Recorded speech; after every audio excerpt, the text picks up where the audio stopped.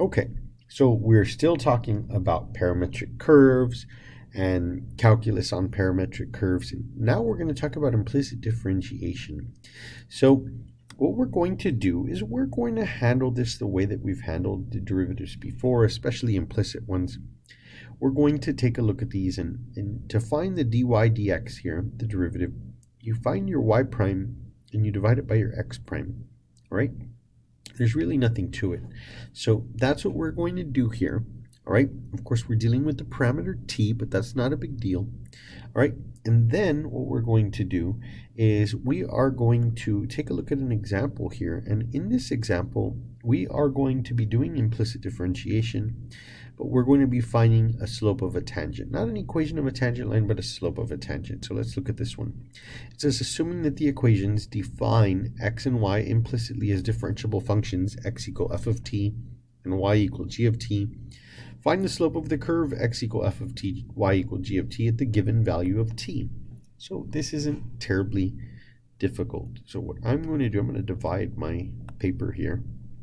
And I'm going to find x prime and I'm going to find y prime. All right, so let's see. X cosine t plus x equal 2t. I'm going to give this the x treatment. First, take the derivative with respect to x. So if I take the derivative with respect to x, then I'm going to say, well, it's just x prime. The derivative of x is x prime. And the cosine is kind of like a coefficient. All right, we're going to treat it as a constant. So I'm going to write it as cosine of t. All right, I'm going to do that. Then I'm going to take the derivative of x, which is just an x prime again. Now I'm going to go through this and give it the t treatment. All right, so the derivative of cosine of t is going to be negative the sine of t, but you're going to have that x in front as a coefficient. Negative x sine t. Okay, now derivative of x with respect to t is 0. So we're done there on the left-hand side of the equation. And now we take the derivative of 2t. With respect to x, it's 0, so we don't worry about that. But with respect to t, it's just 2. So there we have it. Now we can solve for x prime. And what we're going to do is we're going to factor out the x prime from the cosine t and then that single x prime there. So we're going to have cosine of t plus 1. And now on the right side of the equation, we have 2 plus x sine t. So I kind of did a couple of steps all in one there. All right, but the x prime here is just going to be 2 plus x sine t divided by the cosine of t plus 1. Okay? And there's really nothing more to it. Now, the only little note I'm going to make is that we have an x in play there. So what we're going to want to do is we're going to want to evaluate that at t equal pi over 2 to find out what that single x looks like. All right? And we're going to do that with the original function. So we're going to need to use this back over here to solve for x given a t equal pi over 2. So we'll do that in just a minute. But let's go ahead and proceed on the right-hand side and find y prime. So right off the bat, we have y prime equals.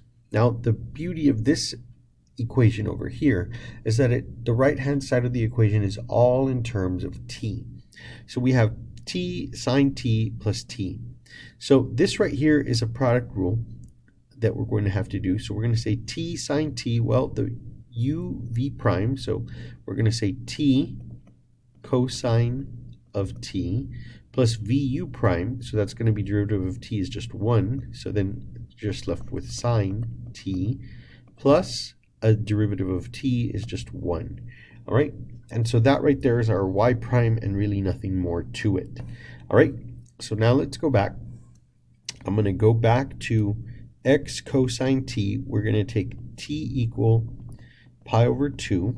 All right, we're going to say x cosine of pi over 2 plus x equals 2 times pi over 2. All right, so you need to know about the unit circle. And you should know that the cosine of pi over 2 is just 0. So that, in effect, makes all of this 0. And basically, you have your value of x, because what ends up happening, 2 times pi over 2 is just pi. So x will equal pi.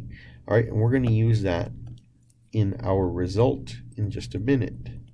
So x will equal pi. We're going to need that. All right. Now, let's go into our implicit differentiation part here, which we've already done, but we're going to put the components now together. So we remember that we need this dy dt over the dx dt. We need, in other words, the y prime over the x prime. And we've got it. All right, the y prime is this t cosine t plus sine of t plus 1. And then the dx dt is this 2 plus, now x was just pi, that's what we figured out earlier, so we put that pi there. All right, 2 pi sine t divided by the cosine of t plus 1. Okay, and so now with that we've got all of that, we're going to evaluate all of this at t equals pi over 2. All right, we're going to evaluate it at t equal pi over 2.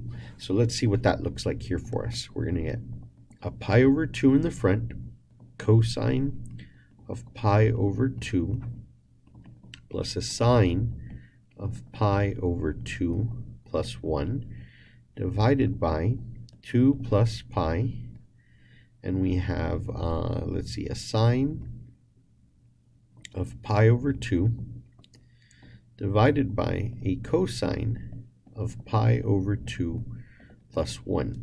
So again, we refer back to our unit circle. Cosine pi over 2 again is 0. Sine of pi over 2, that's a nice one, that's just 1. Sine of pi over 2 again, that's just 1. Cosine pi over 2 again is 0. So we've got a lot of nice stuff going on here.